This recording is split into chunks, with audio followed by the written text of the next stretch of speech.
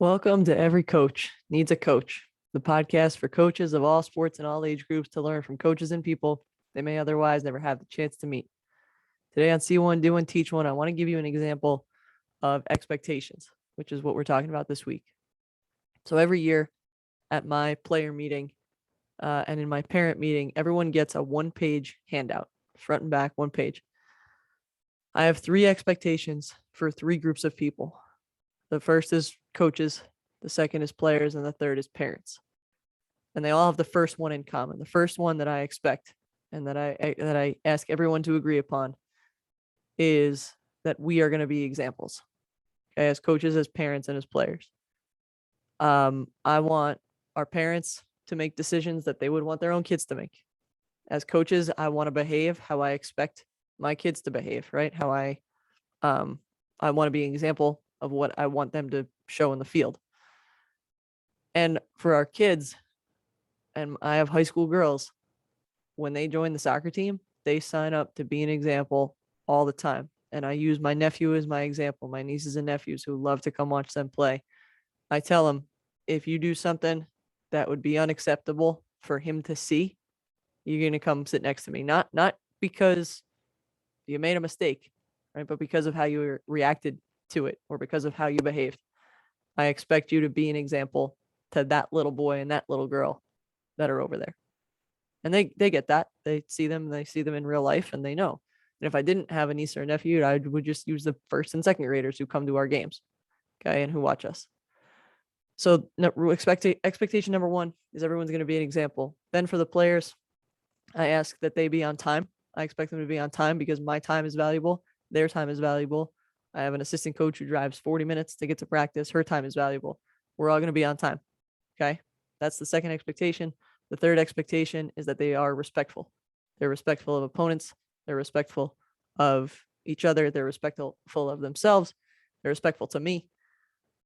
And that's what I put on that sheet. And I literally did it with them this morning. And I said, guys, is this reasonable? And all of them agreed. I said, is there anything on here anyone wants to talk about? And there's usually not, because they're pretty reasonable expectations to set for them. For the parents, I do the same thing at the parent meeting. I expect them to be examples, first and foremost. The second is I expect them to be encouraging. It always bugs me when I hear a parent on the sideline yelling, you stink to a kid, or ref, you stink. Please just be encouraging. That's all I ask of my parents. Cheer for our team in a positive way. That's the second expectation for parents. And the third is to be supportive, right? We need our parents to be supportive of our program. We need them to help run the booster club. We need them to throw pasta parties. We need them to get their kids to sleep on time. We need them to get them to practice on time. We need the support of our parents. We can't get by without it. They love their kids unconditionally. I ask them to just show it. I tell the kids, thank your parents for all the Saturdays and Sundays and Mother's and Father's Days that they sacrificed to get you to soccer. And then last but not least, for coaches, because I think we need to set expectations for ourselves. It's not fair if I expect this of all of you, but I'm exempt because I'm the coach. I don't think it works that way. So as the coaches, we're going to be examples. We are going to be prepared. I always promise my kids, and the parents, if I say leave number 11 open and I want two kids on 14, I promise there's a reason. I promise. We're going to take our chances with 11 beating us, and we're going to go double team 14. Okay. Whatever the reason might be, we will be prepared. We'll be professional. I made a promise to myself a long time ago that I would never purposely embarrass a kid on the field. I just think they're kids and they don't need that. So we'll be professional. We'll handle ourselves in a professional way. And last but not least, we're going to be grateful for the opportunity to coach these kids, because some days we get to spend more time with them than their parents do. So we're going to be grateful for the opportunity to have an influence on their life, and to be able to provide an environment that they might be able to excel in. So for the kids, I boil it down to Coach K has one rule for his players and his team. He says, be in the right place at the right time and do the right thing.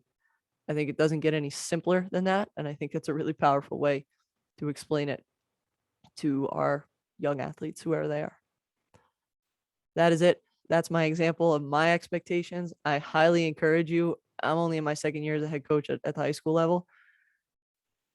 it's been a godsend to set and manage those expectations. Now, what I should add to this is that if we go through the whole season meeting those expectations, that's exceeding my expectations. I kind of expect we're going to have a hitch somewhere, right? I kind of expect that I might have to turn around in the stands and say, "Hey, remember that we're supposed to be encouraging to our own kids," right? Or that's kind of how I see the season is going, right? If we get through it without a hitch, that exceeds my expectation.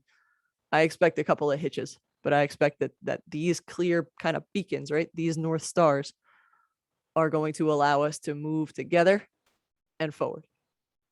I appreciate you. Thank you for spending some time with me today. Keep getting better every day.